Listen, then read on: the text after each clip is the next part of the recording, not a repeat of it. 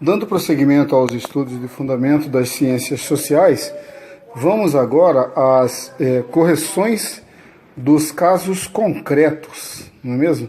Vamos às correções dos casos concretos.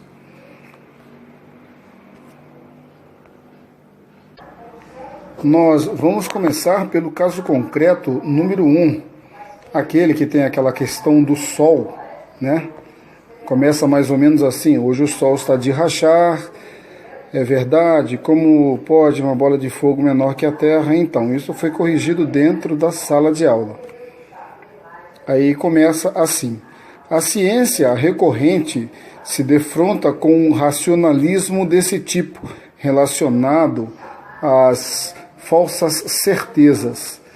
Demonstre as principais diferenças entre o pensamento científico e o senso comum. Aí a questão é de múltipla escolha.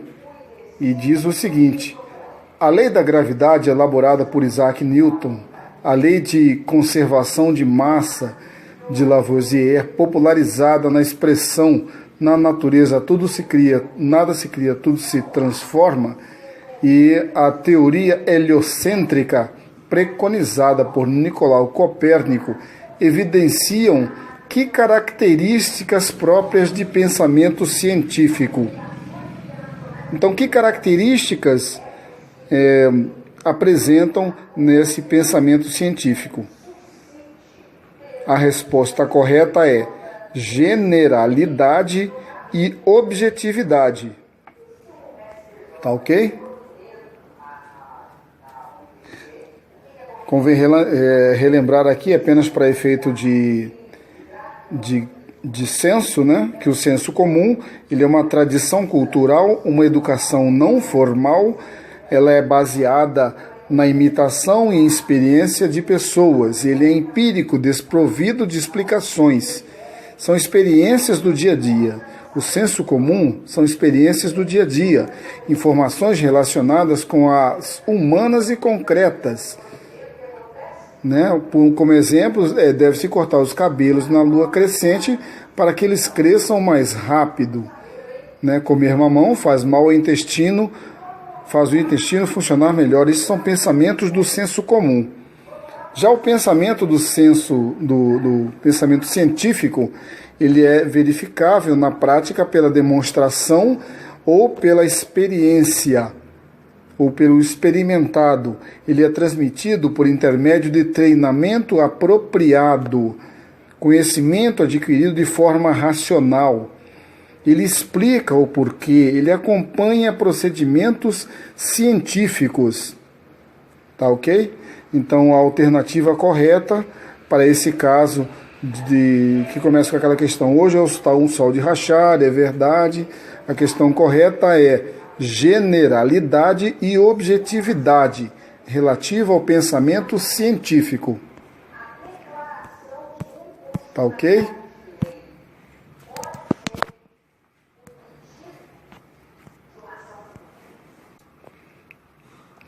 Vamos agora a outro caso concreto, né, que relata também sobre essa situação de fundamentos das ciências sociais.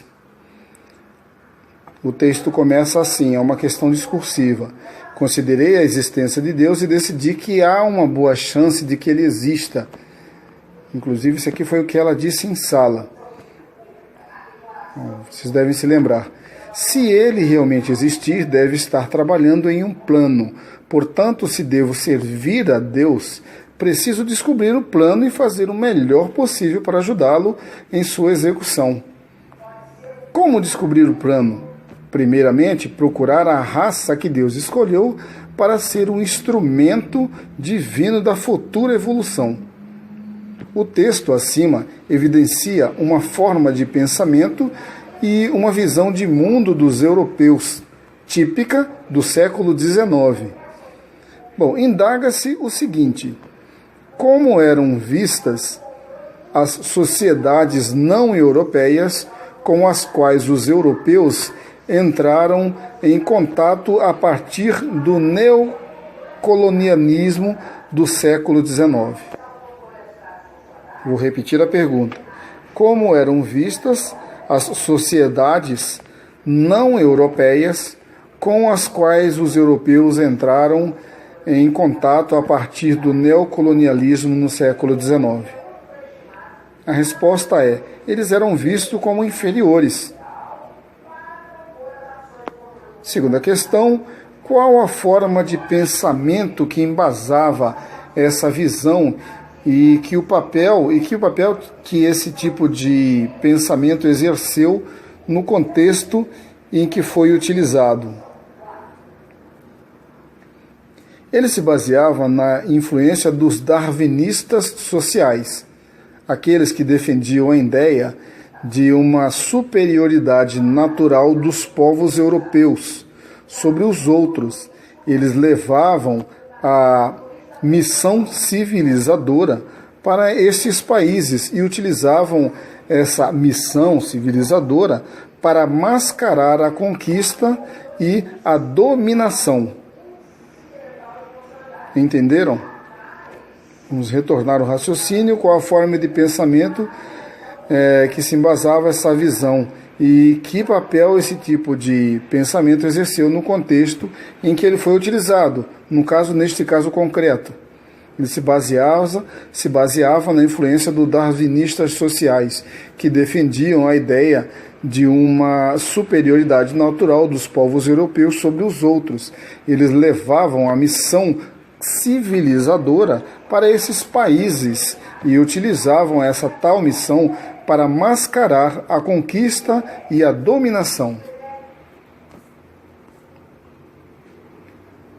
Bom, então nós vamos aqui à questão de múltipla escolha. Selecione as afirmativas que indicam o contexto histórico, sócio e filosófico que possibilitou a gênese da sociologia. A resposta correta é a letra D. Na letra D constam duas das dissertativas, que justificam, é a número 1 e a número 2, que diz o seguinte: a sociologia é um produto das revoluções francesa e industrial e foi uma resposta às novas situações colocadas por estas revoluções. O número 2 é: com o desenvolvimento do industrialismo, o sistema social passou da produção de guerra para a produção das coisas úteis através da organização da ciência e das artes.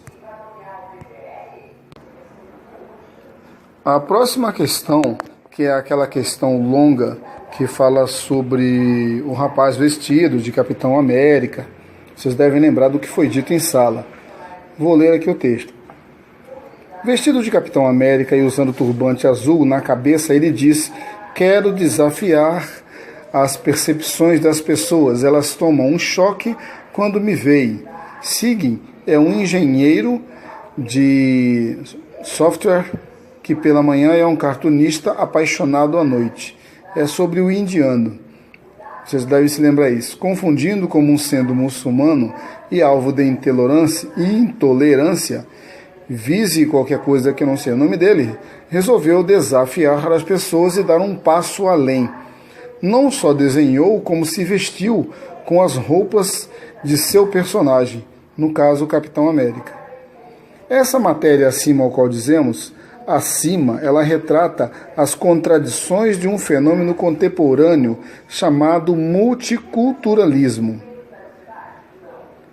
Em que consiste esse fenômeno, o multiculturalismo? O multiculturalismo é um termo que descreve a existência de muitas culturas numa região, cidade ou país, com, no mínimo, uma predominante. O Canadá e a Austrália são exemplos de multiculturalismo, porém, alguns países europeus advogam discretamente a adoção de uma política multiculturalista. A próxima questão é: apresente justificadamente exemplos de ações na sociedade contemporânea em que se verifique a valorização da diversidade cultural? A resposta é a seguinte: a diversidade cultural e étnica muitas vezes é vista como uma ameaça para a identidade da nação. Em alguns lugares, o multiculturalismo provoca desespero e indiferença, como ocorre no Canadá entre os habitantes de língua francesa e os de língua inglesa.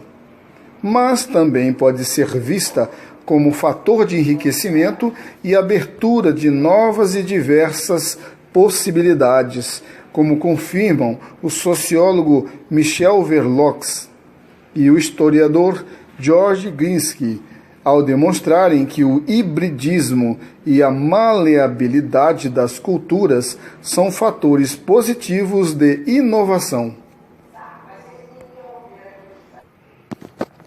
Vamos agora à questão que fala sobre análise sobre o relativismo cultural, a partir das observações feitas por Franz Boas, né?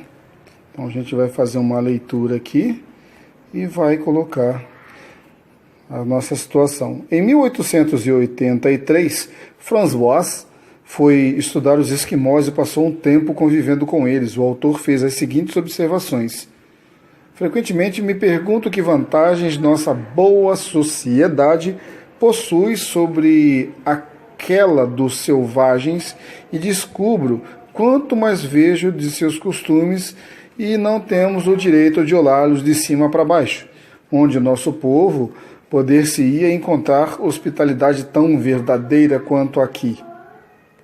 Não é mesmo? Bom, a questão é: identifique e explique o método antropológico que foi utilizado pelo seu autor na pesquisa. O que foi utilizado por ele foi a etnografia, que busca estudar aspectos culturais de um povo e determinado indivíduo através da coleta de dados, ou seja, através da experiência de convívio entre o antropólogo e o objeto de estudo. Elabore uma análise sobre relativismo cultural a partir das observações feitas por Franz Boas. A resposta é: Franz nos mostra, através das análises feitas, que mesmo que as pessoas considerem que existam sociedades mais evoluídas que as outras, no fim, todas são evoluídas a seu modo. Ele deixa bem claro o relativismo cultural, que parte do princípio que cada cultura se expressa de formas diferenciadas. Portanto, conclui-se que cada ação do ser humano deve ser julgado a partir da sua cultura. Questão de múltipla escolha. A noção de etnocentrismo em antropologia busca... O que ela busca? A resposta correta é a letra B. Ela busca expressar o processo de observação dos valores da própria cultura, como se fossem únicos e superiores. Repetindo, expressar o processo de observação dos valores da própria cultura como se fossem únicos e superiores. Vamos a mais uma questão agora, dessa vez nos relacionando com a Constituição de 88. Questão de múltipla escolha. Leia o artigo transcrito da Constituição da República Federal, artigo 215. O Estado garantirá todo o pleno exercício dos direitos culturais e acesso às fontes da cultura nacional, e apoiará e incentivará a valorização e a difusão das manifestações culturais. O Estado protegerá as manifestações das culturas populares, indígenas e afro-brasileiras e das de outros grupos participantes do processo civilizatório nacional. Agora vamos à pergunta. É correto afirmar que, no artigo transcrito na Constituição Federal, aí tem várias opções, e a resposta correta é a letra E. No artigo transcrito, reconhece a existência da diversidade cultural e da pluralidade étnica do país. Então, eu creio que a solução desses casos concretos ajude na decisão na hora da prova. Ok? Vamos prosseguir.